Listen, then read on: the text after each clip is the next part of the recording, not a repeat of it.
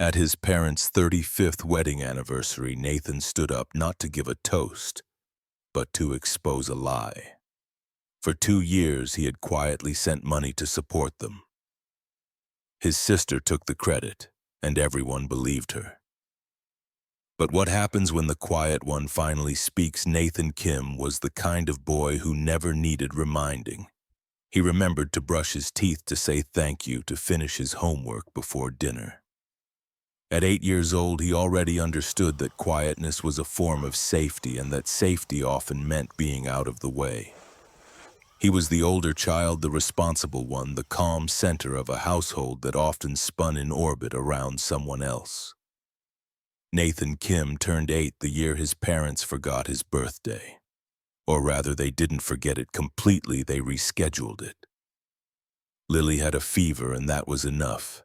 He remembered the smell of chocolate frosting and the way the blue candles stood tall and hopeful atop the cake. It was a small store-bought one, just enough for their family of 4. Nathan had stood quietly in the kitchen, hands clasped in front of him, wearing the paper crown he had made at school that day. It was slightly torn, a crayon-drawn 8 tilted at an awkward angle. His mother was in Lily's room, wiping her forehead with a damp cloth. His father was on the phone with his aunt, explaining how they were postponing the celebration. "Just for a few days, until Lily gets better. You understand, right, Nathan? Your sister's sick. We'll do your birthday next week," his father had said without making eye contact. Nathan nodded. "Okay," he whispered. He sat down at the kitchen table alone. The cake remained on the counter untouched. It was later wrapped in plastic and put into the fridge, where it sat for 4 days. Until someone finally took a slice without singing. Yet that was the first time Nathan learned what it meant to come second, not because he failed, but because he simply wasn't the priority. Throughout childhood, Nathan became adept at shrinking. He learned early that emotions were currency in his house, and Lily had a monopoly. She was a sensitive child, their mother said, prone to big feelings. When Lily cried, the room froze. When Lily laughed, the world revolved around her. Nathan became the observer, the quiet background against which his sister's drama unfolded. When Lily scraped her knee, she got ice cream. When Nathan broke his wrist falling off the monkey bars, he was told to toughen up. When Lily brought home a drawing with messy rainbows and stick figures, it was praised and pinned to the fridge. Nathan's straight-A report card was met with a nod and a reminder to take out the trash. The rules were different, always. His mother had a way of speaking to Lily like she was made of glass, soft tones, careful words, an endless well of patience. With Nathan, her voice was clipped, functional. "Get your shoes on. Did you finish your homework? Don't make a mess." His father wasn't cruel, but he was distant, a man who viewed parenting as logistics. Gas in the car bills paid kids not dead, and for Lily he softened, sometimes laughed. He'd read to her at bedtime while Nathan read to himself. Nathan didn't resent Lily, not then. It wasn't her fault. She had asthma, night terrors, food allergies. She needed things. Nathan had nothing but space inside him, and no one asked to see it. On the outside, he was the good son, obedient, quiet, predictable. Inside, he was full of questions. If I fall, who will catch me? If I scream, will anyone hear? By the time Nathan turned 10, he stopped asking for birthday parties. He'd politely decline when teachers asked if he was having one, mumbling something about family stuff. When Lily turned 8, their parents threw a themed party at the skating rink. She got a cake shaped like a unicorn. Nathan took the photos. He captured her laughter, the frosting on her nose, the way their parents beamed. He didn't blame them. It was easier to love Lily out loud. He began to understand that in his family, love was an economy. Lily was high maintenance, high emotion, high reward. Nathan was low effort, low volume, low return. No one invests in what's already holding itself together. He became good at being invisible. He did his homework, kept his room clean, didn't get into fights. He made their lives easier, and in return he was forgotten. But being forgotten hurts in quiet, insidious ways. Not like a wound, more like erosion. He started to wonder if love was conditional, a reward for crisis, not consistency. When he brought home a science project that won second place in the city fair, his parents smiled and told him to clean up the table after dinner. Lily had just come home crying because someone at school had called her weird. The rest of the night was about comforting her. Nathan lay in bed that night staring at the ceiling, his certificate tucked into the drawer. He imagined applause, balloons, a candle with just his name on it. Not a shared one, not one that waited in the fridge. He wouldn't realize it until years later, but that night was the beginning of a quiet ache that would shape his entire adult life. Not rage, not bitterness, just the hollow echo of being good and still not being enough. That was the night he learned to never expect to be chosen first. That was the night the candle went out and he didn't bother to light it again. Nathan Kim spent his teenage years excelling in the kind of quiet, invisible ways that rarely drew applause. He became the student teachers admired, the classmate others leaned on during group projects, the son who got straight A's without being reminded. His name appeared in the local paper's honor roll section often enough to become rude and forgettable even. Nothing he did surprised anyone anymore, not because he wasn't extraordinary, but because he was expected to be. He joined the math club, ran track, played cello in the school orchestra. None of it was flashy, none of it was loud. That was Lily's realm. She was 2 years younger and lived in a world of color and chaos, paintbrushes, poetry, half-finished sketches on every flat surface of the house. Their parents described her as brilliant, but scattered a phrase Nathan heard so often it might as well have been her middle name. When she forgot deadlines or failed a test, it was chalked up to the creative temperament. She just needs room to grow. When Nathan earned a regional academic scholarship his junior year, his mother nodded and said, "That'll help with tuition," before launching into a story about Lily getting invited to submit a painting to the school art show. Nathan learned to stop bringing news home. There was a numb sort of ache to being quietly competent, a dull loneliness. He wasn't unloved, not exactly, just taken for granted, like clean laundry or working plumbing. It wasn't until much later that he realized how deeply that absence of acknowledgement had shaped him. High school was not a battleground for Nathan. It was a tunnel, one he moved through quickly, efficiently, with as few bumps as possible. His senior year guidance counselor praised his discipline, calling him self-motivated and mature beyond his years. What no one said, what perhaps no one noticed, was how much effort it took to not need anything. To be the one who didn't raise his hand, unless he knew the answer, who never asked for help, who turned in every assignment early and never missed a deadline. While other kids rebelled, experimented, flailed, Nathan stayed the course.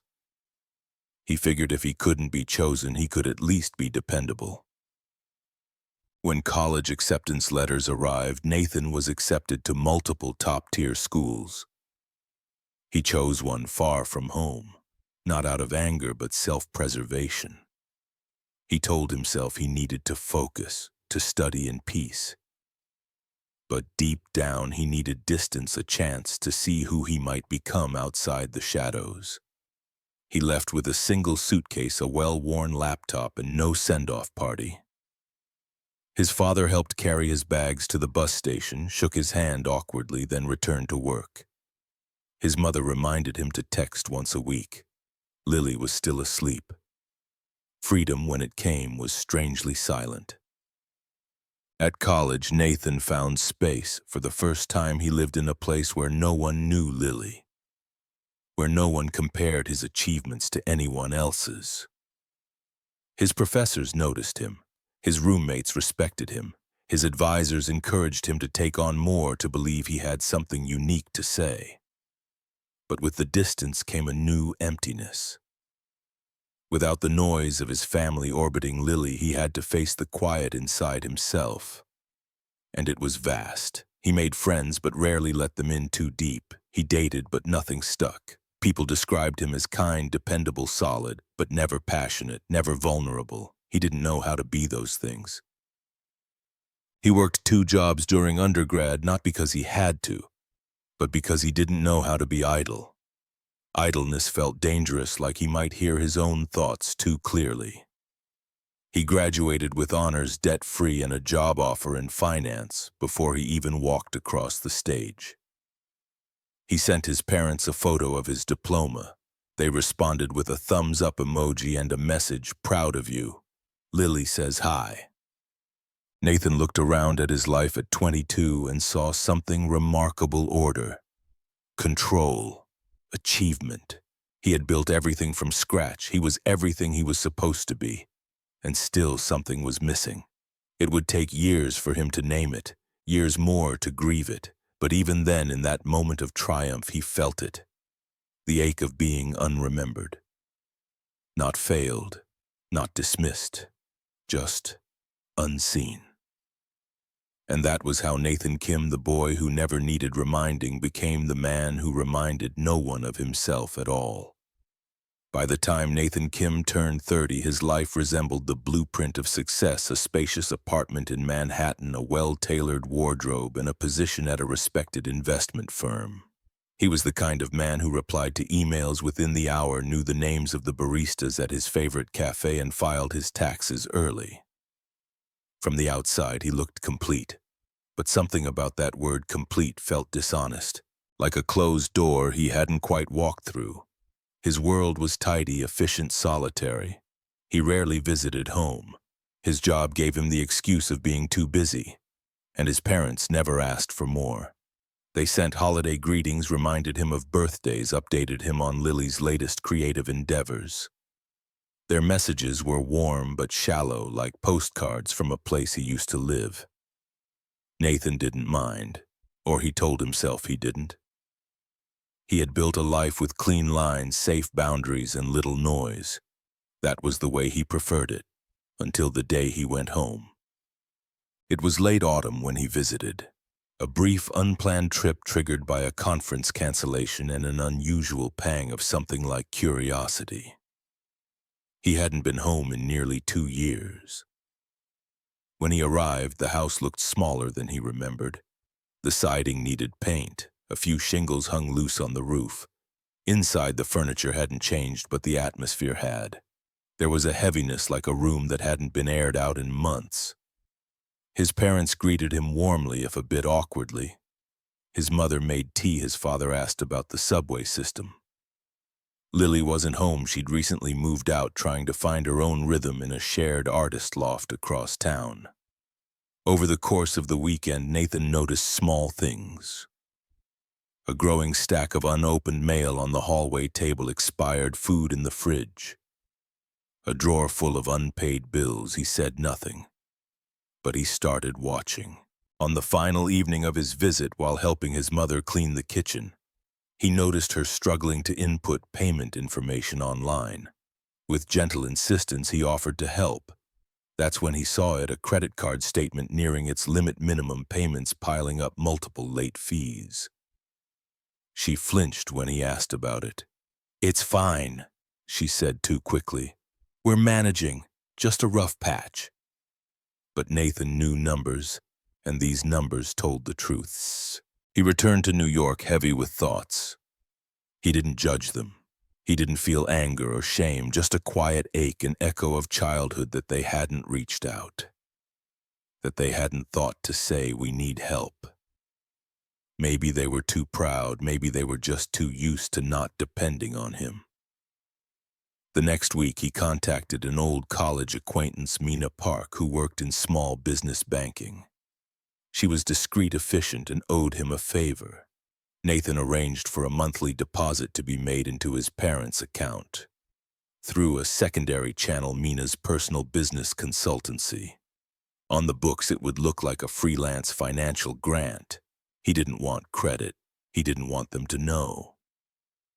What he wanted, if he was honest, was to erase the quiet fear he saw in his mother's eyes when the bills came due, to give his father space to breathe without calculating every grocery receipt. He set up an automatic transfer, substantial enough to ease the burden, modest enough not to raise suspicion. Mina agreed to forward the payments with a standard template message each month. Supplemental grant approved for community-based household support. No action required. His parents never mentioned the money, but over time, their texts grew lighter. His mother started signing her messages with emojis. His father sent photos of backyard improvements. They joked about Lily's latest abstract mural being a wall accident. It was subtle, but the air between them cleared. Nathan never said a word. There were moments he questioned his choice. When friends asked about family, he'd shrug and say, "We're not that close," even as he supported them in silence. He told himself he wasn't looking for recognition. He was doing what felt right. And yet beneath the nobility of that decision lived something unspoken. A hope, however faint, that maybe, just maybe, this would bring them closer. That one day they'd look at him not as the background figure, but as someone who had held them when they didn't even know they were falling. That invisible thread pulled tight from Manhattan to a modest house in suburban Illinois, hummed with a tension he couldn't quite name. Not resentment, not need, just longing. He began calling home a bit more often. Short conversations, weather updates, casual, careful steps. He didn't mention the money. He didn't ask if things were better. He just listened. Sometimes that was enough. Sometimes it wasn't. One evening, Mina called him. "Hey, I don't mean to pry, but you're still okay continuing the transfers? It's been over a year." Nathan paused. "Yes, keep them going." "All right, just checking. They seem appreciative, even if they don't know it's you." Nathan smiled faintly. They don't need to. But part of him, a part still carrying the boy with the untouched birthday cake, whispered otherwise. Because he had learned how to give without being asked. How to care without being seen, and how to love quietly, invisibly, through a thread only he could feel. It was the beginning of something, not closure, not yet, but perhaps a prelude to being known. Lily Kim had always known how to occupy space. Her chaos was magnetic, an endless whirl of unfinished canvases, voice memos of poetry, and dramatic sighs over creative blocks. While Nathan had learned to recede into the background, Lily had perfected the art of being seen, but visibility didn't pay rent. By the time she was 28, Lily had cycled through 5 jobs, 3 roommates, and 2 therapy modalities. Her art had moments of brilliance, but no consistency. Galleries liked her work, but not her timelines. Employers appreciated her charm until the deadlines passed. Still, her social media presence flourished. A curated life of cozy cafes, spontaneous getaways, and framed close-ups of her brushstrokes against sunlit windows. From a distance, it looked like success. Up close, it was a house of cards. Nathan didn't follow her online. He couldn't. Every filtered post felt like a betrayal of gravity, but he heard things through their parents. "Lily's doing great. She's painting full-time now." Or, "She got featured in a local blog about young creatives." What no one said, Lily hadn't paid rent in 3 months. She was living off credit, occasional Venmo gifts from old boyfriends, and the kindness of strangers. She was in every sense spiraling, and then the money started showing up. At first she thought it was a mistake. Her mother mentioned a strange community grant. Lily asked questions, subtle ones. When she realized the amount matched her parents' monthly expenses, a suspicion bloomed. She knew her parents hadn't applied for anything. They weren't the type. She also knew Nathan had been home recently for the first time in years. And Lily, despite her disorganization, was not stupid. She said nothing, not at first, But the temptation, the opportunity grew louder with each passing month. She was tired. Tired of failing at defending her choices of being a family rival. And here finally was a story that gave her back her power. A story that could make her love again. So one evening, while having dinner with their parents, she let the words slip as if they'd been dragged out of her. "I've been doing better," she said, stirring her wine. "I've been sending a little money your way, just to help out." Her mother blinked. "The grant." "That's from you," Lily shrugged, a master of feigned modesty. "Yeah, I just didn't want to make a big deal. I know things have been tight." Her father stared at her with something like pride. "Lily, that's incredibly generous." She bit her lip, teared up on cue. "I just wanted to give back. You've done so much for me." The story took root like wildfire. They told their friends, bragged about their daughter's transformation. "She's really changed," her mother whispered on the phone to Nathan one night. "You should hear her talk. She's grown." Nathan sat in silence on the other end of the line. "That's good," he said quietly. He didn't ask questions. He didn't confront her. He didn't tell Mina to stop the transfers. But inside, something cracked. It wasn't rage. Not yet. It was fatigue. The deep bone-level exhaustion of someone who had spent his whole life doing the right thing only to see someone else wear the medal. Lily began visiting home more. She cooked dinner once a week. She brought flowers. She offered advice on how to arrange the living room with more light, and their parents glowed.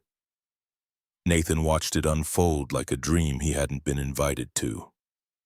He listened as they praised her maturity, her kindness, her sacrifice.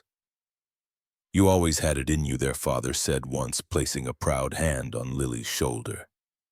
Nathan, on the same visit, fixed a broken stare on the porch. No one mentioned it. He returned to New York and didn't call for a while. He went to work. He paid the rent. He attended meetings. He continued the transfers. But at night, as he stood at his window overlooking the quiet city, he felt the ache return. The ache of being good in silence, of loving without spotlight. Not for reward, but not to be replaced. And that was the cruelest twist of all. Not that Lily had lied, but that everyone wanted to believe her, because it was easier to love the one who asked to be seen than the one who always stayed in the shadows. And so Nathan stayed quiet, not because he was strong, but because he was tired. The invitations were embossed, the venue booked months in advance. Their parents' 35th wedding anniversary, a golden milestone in their eyes. Even if not quite the 50 everyone typically celebrated, was going to be a grand event. Nathan received his invitation via email, digital, formal, impersonal. Still, he RSVP'd yes. He knew this night wasn't about him. It never was. The reception hall glowed with fairy lights and jazz instrumentals. Friends, relatives, old neighbors, everyone gathered to toast decades of devotion. There was catered food, floral centerpieces, even a 3-tiered cake with gold leaf frosting. Nathan arrived early, helped set up chairs, made small talk with distant cousins. He carried a linen-wrapped box tucked under his arm, his gift. Inside, a handwritten letter carefully composed over 3 weeks, capturing memories, gratitude, and quiet love. The kind of love that didn't need applause. Lily arrived late, swept in with flair, dressed in burnt orange silk and heels too high for comfort. She greeted guests with wide smiles and overlong hugs. The room tilted toward her naturally. Their parents beamed. Midway through dinner, Nathan noticed the shift, the quiet cue that a toast was coming. His father stood gently clinking a glass. "I'd like to say a few words," he began. The room hushed. He thanked friends and family for coming, reminisced about early struggles, about raising children on a tight budget. Then his eyes turned misty, and of course, he said, reaching for Lily's hand, We wouldn't be here this at peace, this supported without our daughter's incredible generosity. Lily blushed on cue. The crowd murmured approval. For nearly 2 years, their mother added, rising beside him, she's quietly helped us stay afloat. We didn't even know it was her at first. That's the kind of woman she's become. Applause followed. People raised glasses. Someone shouted too. Lily Nathan sat still. His fork rested against his untouched plate. Across the table, Lily looked at him, just briefly, her expression unreadable. Not guilt, not arrogance, just a flicker of discomfort. Nathan reached under the table, gripped the box. When it came time for gifts, Lily handed their parents a framed portrait of the family from a beach trip they'd taken years ago, digitally enhanced, warm-filtered, wrapped in a bow. Their parents cooed. Nathan stood slowly. "I have something too," he said, voice calm. He stepped forward, placed the linen box on the table. "It's not much, just something personal." His mother opened the box, unfolded the letter. Her smile faltered as she skimmed the lines, memories of childhood games, the night their old dog died. The smell of Sunday pancakes, the silent strength of watching them love each other through hardships. When she looked up, her eyes were watery, but not quite warm. His father spoke first. "That's thoughtful, Nathan. Just next time, maybe you could do something more practical, like your sister." There it was. Nathan didn't react immediately. He stood silent. Around him, the room watched. Then, with deliberate calm, he reached into his coat pocket and pulled out a slim folder. "I wasn't going to say anything," he said, "but I think you should see this." He opened the folder, removed a few papers, and placed them on the table. Bank statements, transactions, monthly transfers. He pointed to the line items. Every dollar, every month, for 2 years, through Mina Park's firm. Silence fell like snowfall, soft, heavy, unavoidable. His parents stared. Lily's face went pale. Nathan didn't raise his voice. He didn't accuse. He simply said, "I never needed you to say thank you. I just needed you to know the truth." And then he sat back down. The applause was gone, but the truth finally was in the room. That night, Nathan walked out before dessert was served. The sky above was clear. The cold bit at his collar. But inside, for the first time in years, something warmed. Not pride, not revenge, just the relief of no longer pretending. The boy with the candle had finally spoken, and this time the light stayed lit. The morning after the anniversary party was still. Nathan woke in his New York apartment as if surfacing from a dream he hadn't wanted to enter. The sky was dull. The city moved on cars, honking, people rushing, but inside everything felt slow. No missed calls, no new messages, just silence. At the reception, the chaos had come in waves. After Nathan revealed the bank statements, the room had turned cold. Some guests whispered, others looked away. A few followed him out, but most remained suspended in discomfort. His parents stood frozen. Lily had said nothing. Her mouth opened, but no words came.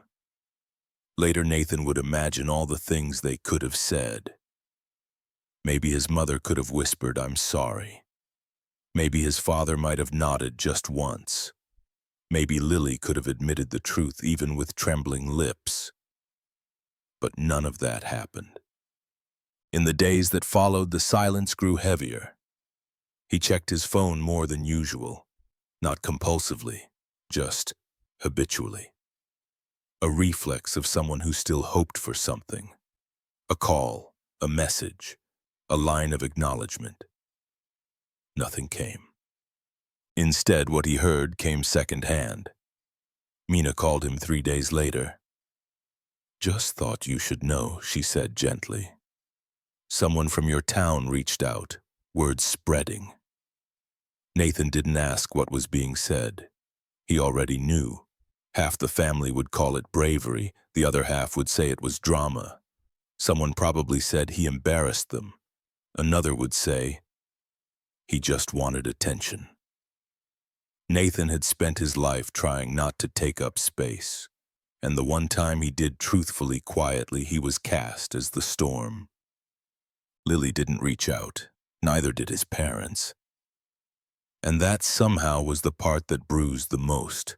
Not the lies, not the stolen credit, but the lack of defense, the absence of love in the moment it should have mattered most. He hadn't wanted applause, he didn't need vindication, he had only wanted to stop being invisible, and instead he became something else controversial. Nathan didn't regret the truth, but he mourned what it broke.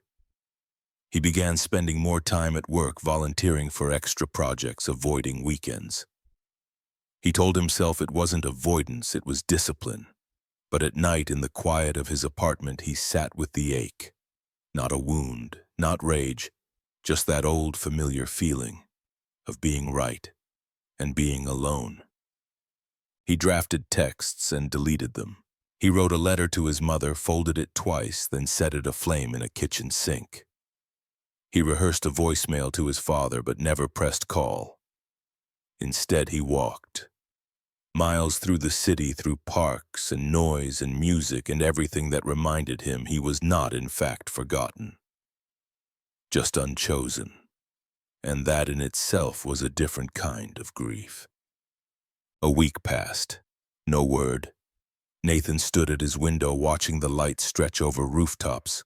For a long time he stood with the silence, not fighting it, not trying to fix it, just letting it be. Because sometimes after the storm there isn't clarity, just quiet. And in that quiet you start to hear your own voice again. It was faint, but it was his. The email was short. "We'd like to talk, all of us. Sunday 3 p.m., the Garden Cafe by the lake." No names, no emotion, just a location and time. Nathan stared at it for 10 minutes before replying, "Okay." The cafe was quiet off the main road, surrounded by sycamore trees just beginning to yellow for fall. The air smelled like cinnamon and dry leaves. Nathan arrived first, early as always. He sat beneath a hanging lantern and ordered chamomile tea he wouldn't drink. Lily showed up next. She wore a sweatshirt too big for her frame and no makeup. Her eyes were swollen either from sleep or crying. Their parents arrived together. His mother clutched her purse like it might shield her. His father wore his best collared shirt, but it looked stiff out of place. They sat down wordless for a moment. The kind of silence that carried weight. Then Lily spoke. "I didn't plan it," she said, voice brittle. "I didn't mean to let them think I was the one. I just didn't correct them." Nathan said nothing. She glanced at him, then at their parents. And then I kept not correcting them. His mother reached for her tea. His father looked at his hands. Lily took a breath. "Do you know what it's like to be the one who's supposed to be special, the creative one? The one they always said had something unique." Her voice cracked. "It's exhausting. Every failure feels like a betrayal.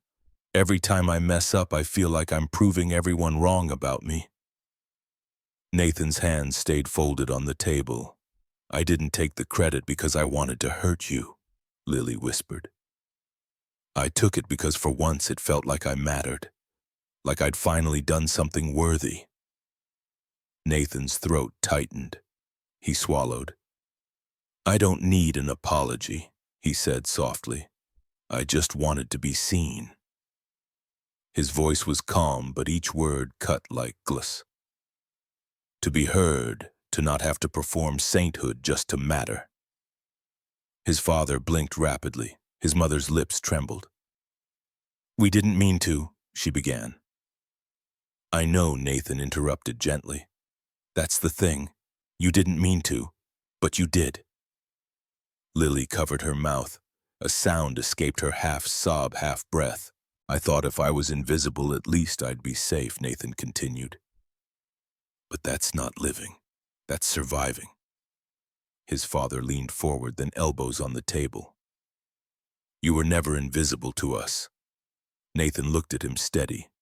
"But I was. You just didn't notice." His father looked down. His mother whispered, "We thought you were okay. You never asked for anything. I didn't think I was allowed to." Nathan said. Another silence followed, this one different. Not avoidance, not deflection, but recognition. Real bone-deep recognition. His parents didn't have the right words, but this time their silence felt different. Their heads bowed not out of shame alone, but something deeper regret. Nathan exhaled slowly. The ache didn't vanish, but it softened. For the first time in years, they sat at one table not as roles, but as people. Not as expectations, but as family. And maybe that in itself was a beginning. Not a fix, but a shift. A talk that never happened, finally spoken. 2 weeks after the cafe meeting, Nathan sent an email. No emotion, no confrontation, just a forward path. "I've arranged a complimentary session for you both with a financial advisor. Her name is Cynthia Morales, independent, experienced, discreet. I'm also ending the monthly transfers. It's time we all recalibrate." He ended it with, "This isn't distance, it's dignity." There was no reply at first, but a few days later his mother sent a short message. "We understand. Thank you for everything. We'll call Cynthia. No dramatics, no pleading, just acceptance." And strangely, that meant more than any apology ever could. Nathan didn't stop caring. He just stopped carrying it alone. He closed the account he'd used to transfer the money. He informed Mina with a quiet thank you. She didn't ask questions, just nodded through the phone, her voice warm. "You did more than enough." And for once Nathan let himself believe it. In the weeks that followed, the world didn't shift on its axis. But Nathan did. He scheduled his first therapy session on a rainy Tuesday. The receptionist mispronounced his name and he almost walked out, but he didn't. The therapist, Dr. Kamari, was calm and direct. She didn't tell him what to feel, she just listened. Asked gentle questions, held up mirrors. What would it mean to stop being useful and start being whole, she asked once. Nathan didn't have the answer, but he wrote the question down. He also started writing again. Not emails, not spreadsheets, just thoughts. Pages of them. Things he'd never said, things he was afraid to need. Some pages he tore out, others he folded and stored in a drawer. One he mailed. To an old college friend, Elena. They hadn't spoken in years. She'd been in his economics seminar once, brought him soup when he caught the flu. Her laughter had been warm in winter. Her goodbye hug had lingered longer than it should have. The letter wasn't romantic, just honest.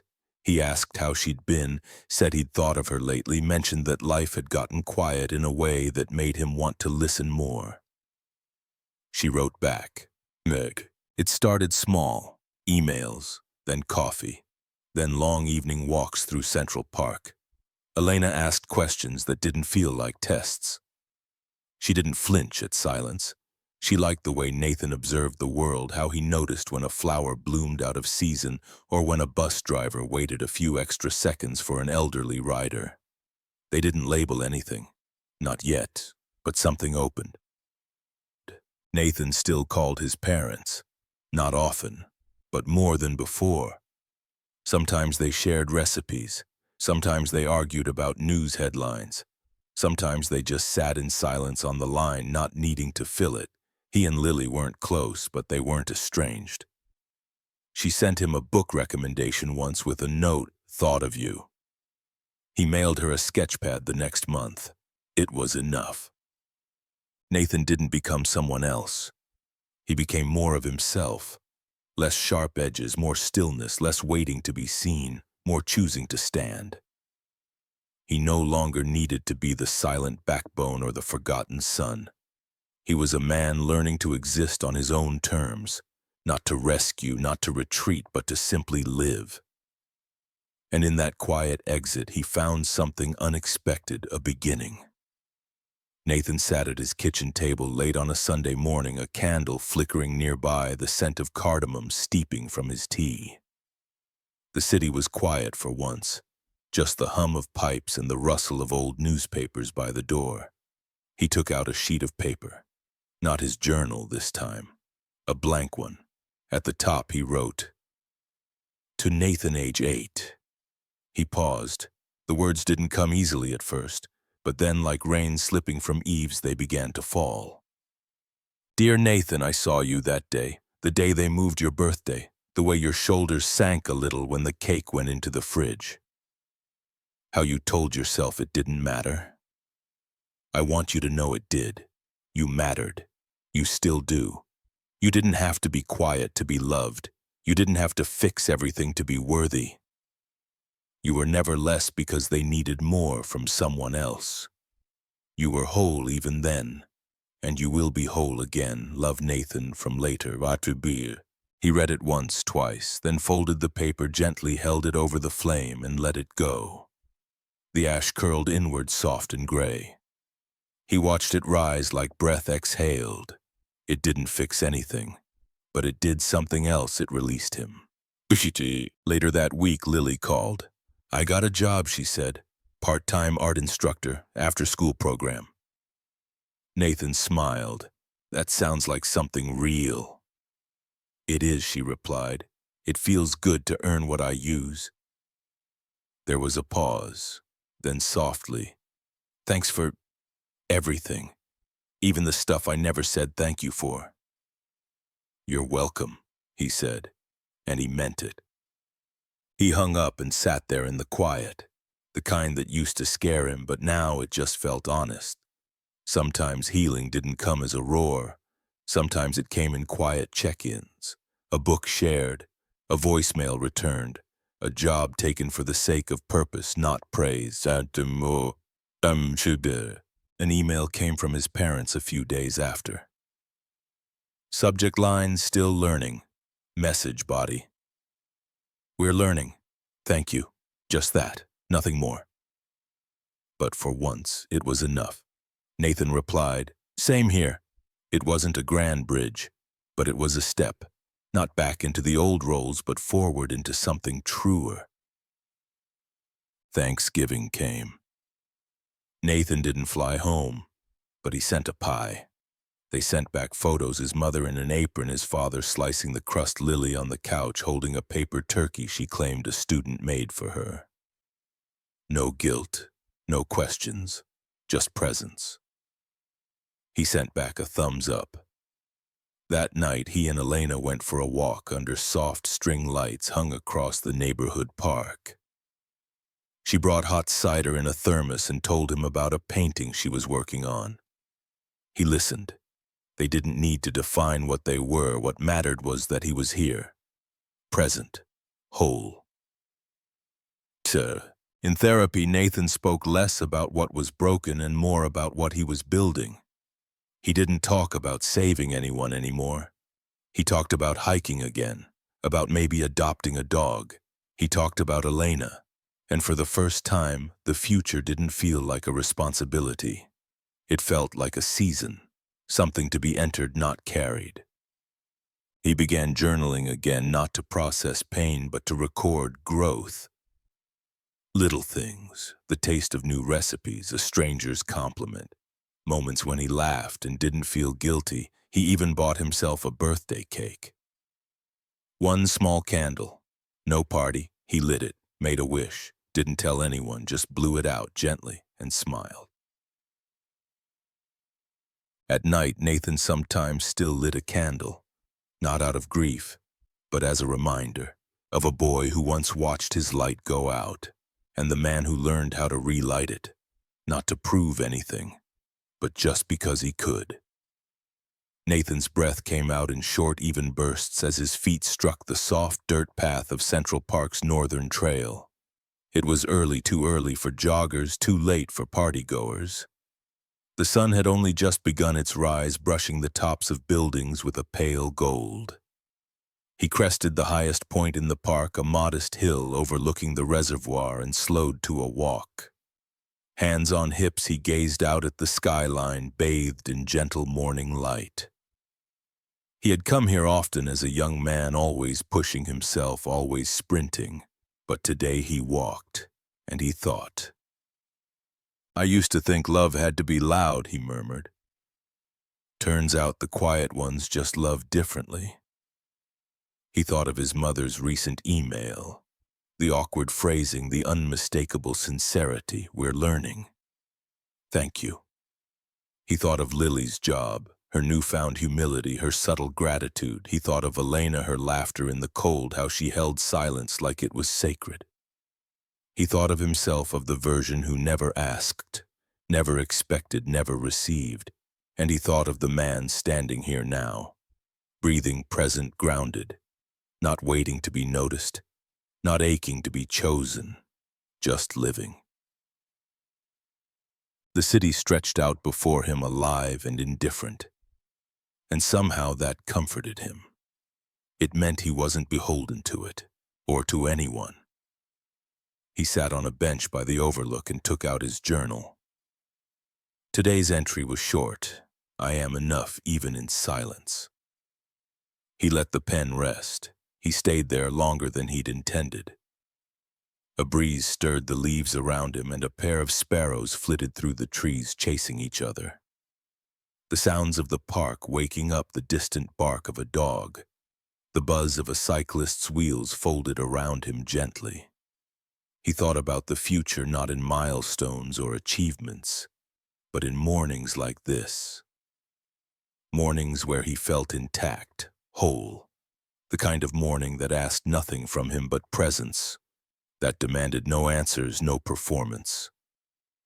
He thought about the lessons he'd learned, not from books or jobs or accolades, but from choosing to stay, from not running when things got hard, from telling the truth even when it was easier to stay silent. There was no grand reconciliation, no family portrait perfectly framed, no group hug at a train station.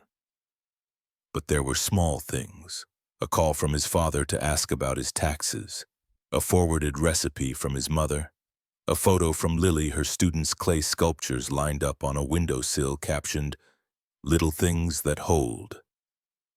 Elena's coat hung on his wall peg now. They shared groceries, shared playlists, shared mornings. They fought sometimes, fell quiet, laughed hard, held hands without needing to. It wasn't perfect, but it was real, and real, Nathan had learned, was more than enough. Sometimes the greatest shift doesn't look like a fireworks display. It's a conversation held with yourself at the top of a hill. A decision not to carry guilt anymore. A decision to let go without letting go of love.